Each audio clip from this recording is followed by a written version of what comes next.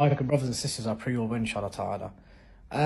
So some of you may be thinking it's been around about a year now that Diddy's been posting a lot of fitness, mixed martial arts, combat sport training and stuff. Why am I doing this? Am I going for a midlife crisis or something? Absolutely not. Absolutely not.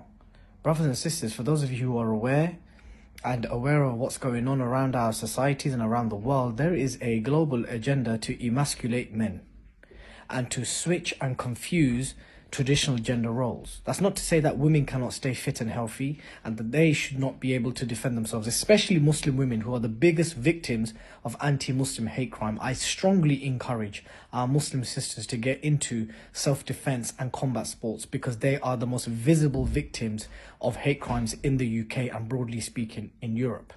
As for the brothers and men in general, we are becoming increasingly docile, increasingly moany and increasingly effeminate. Men hit a particular age in their 30s, they're like, we've got old, we can't train with the youngsters and all of that stuff. Nah, that's an excuse that you're making. The vast majority of guys that I train with are all younger than me, all fitter than me, some of them, right? Not all, some of them are fitter than me. But that inspires me, that motivates me to keep up with them, right? Also, from an Islamic perspective, the vast majority of the prophets of God, may Allah's peace and blessing be upon them all, received prophethood at the age of 40.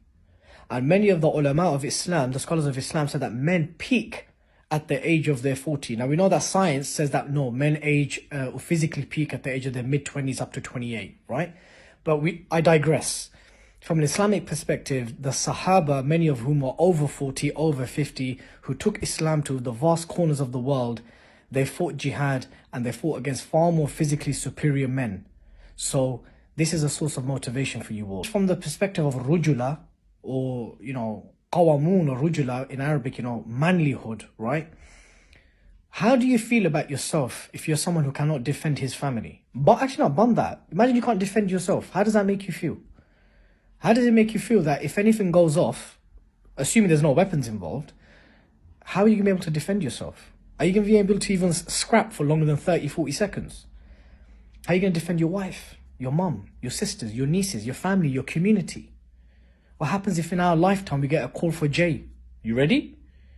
So rather, I'm here to inspire, to motivate, to empower a generation of docile and useless men.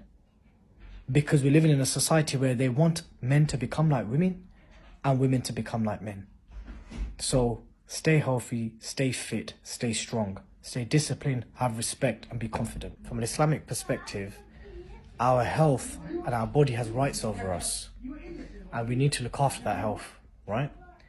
And also, brothers and sisters, if you can spare 1 hour to binge on a Netflix program or catch up on EastEnders or whatever it is that you watch or do, if you can spare an hour to link up with your friends and go for a bite to eat or link up and just chat, if you can spare time for that, you can definitely spare time for some physical activity. It doesn't have to be combat sports. It can be weights, it can be a jog, it can be press-ups, it can be pull-ups, it can be push-ups, it can be anything.